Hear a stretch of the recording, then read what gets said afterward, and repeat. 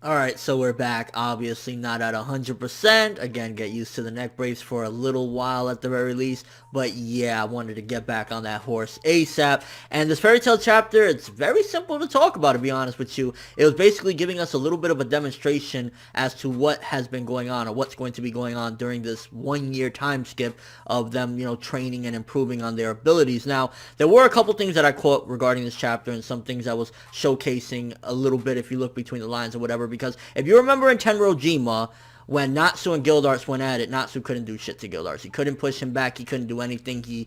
That was one of the best moments, honestly. That would be top 10, top 20 fairy tale moments of all time for me, when he was there and he was crying. He's like, I can't do anything, and sometimes you're not going to win them all. But if you look in this chapter, when they had that little, showdown, that little training or whatever that they had, which, by the way, awesome stuff. One of the best ideas I think Hero could have done was to have Natsu go and train with Gildarts, the man that Natsu looked up to, the man that he was like, I want to be like him someday, kind of another fatherly figure or big brother figure or whatever you want to call it. And when they had that little throwdown, he pushed Gildarts back a hell of a lot more than he could ever do in Tenrojima. So I guess that kind of showcased, even though the logic in fairy tales sometimes be very fucking insane, where it's like, what the hell is going on with the power levels, he pushed him back kind of a lot. So that showcases that at the very least, since Tenrojima, Natsu has grown a little bit at the very least, or a decent amount, to the point where he can do that to Gildarts. I mean, at the end of the day, I think Gildarts would still mop the floor with him, and Gildarts is fucking awesome, and I really wish we would get more of Gildarts' involvement in the actual story and not just these comedic chapters, which people are comparing them, from what I've seen, to like those chapters. We had like two of these, I think, during the 300s in the middle of the Grand Magic Games, where we had one with Gildarts tearing up the town, and then that Ryuzetsu Land one. I would argue that this is a hell of a lot more better and a hell of a lot more meaningful in a sense to the actual story than those, because those were just like comedy, like who cares, whatever. This one showcasing Natsu training, showcasing him having somebody to at least, a shoulder to lean on so that he could talk to about his problem, because you can see he was probably telling him about Igneel,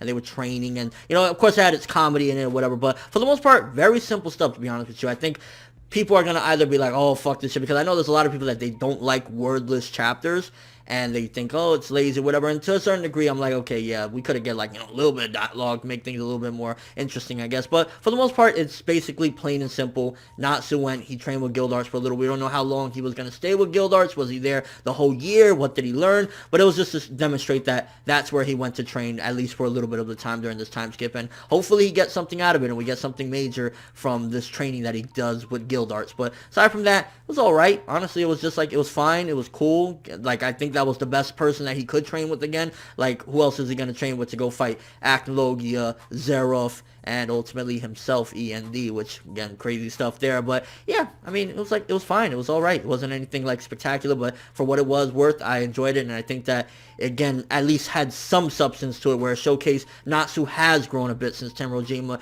He has slowly inched towards his goal of one day surpassing Gildarts, or at least getting to Gildarts' level. So yeah, it's something in it overall. So like, I don't know, like a 6 for this chapter, 6 out of 10 or something like that. It was fine. Honestly, it had more substance than like those comedic, nonsensical chapters, but at the same time, it was just a wordless chapter showcasing a little bit of Natsu's journey. So yeah, I'm wondering if the next few chapters are going to be like this for other characters as well, because I believe the next title is a new challenger or something like that. Are we going to get like a wordless chapter for Lucy, Erza, Gray? How's that going to work? Because I think 1 or 2 of these is fine, but if you do like, 2 months straight of this, it's going to get really annoying really quick, and it's going to be like, let's just fucking get on with it already. So hopefully it's just maybe at most 1, 2, maybe 3, and even 3 I would feel like it's pushing it, just showcasing, I guess, Natsu, Erza, and Lucy, but then he'll probably want to showcase Gray as well. So if we get a full month of this, it's going to be annoying, but I guess it might happen, just because if he's going to do more than 1, he'd probably do the main 4,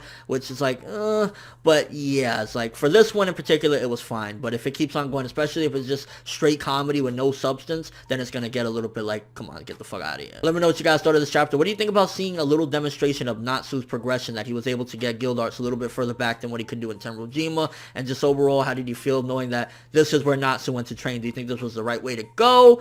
And yeah, your overall thoughts of this chapter. Were you like, oh, fuck this shit, I hate wordless chapters, or did you take it for what it was worth, that it's just, simple chapter showcasing something? But that's all I have for this review. Thanks for watching. Hope you enjoyed. If you liked anything I had to say or enjoyed the video, drop me a like. I'd greatly appreciate it. And if you haven't subscribed, if you could do so as well, that'd be amazing. I'm ForneverWorld, and as always, people, have an awesome day.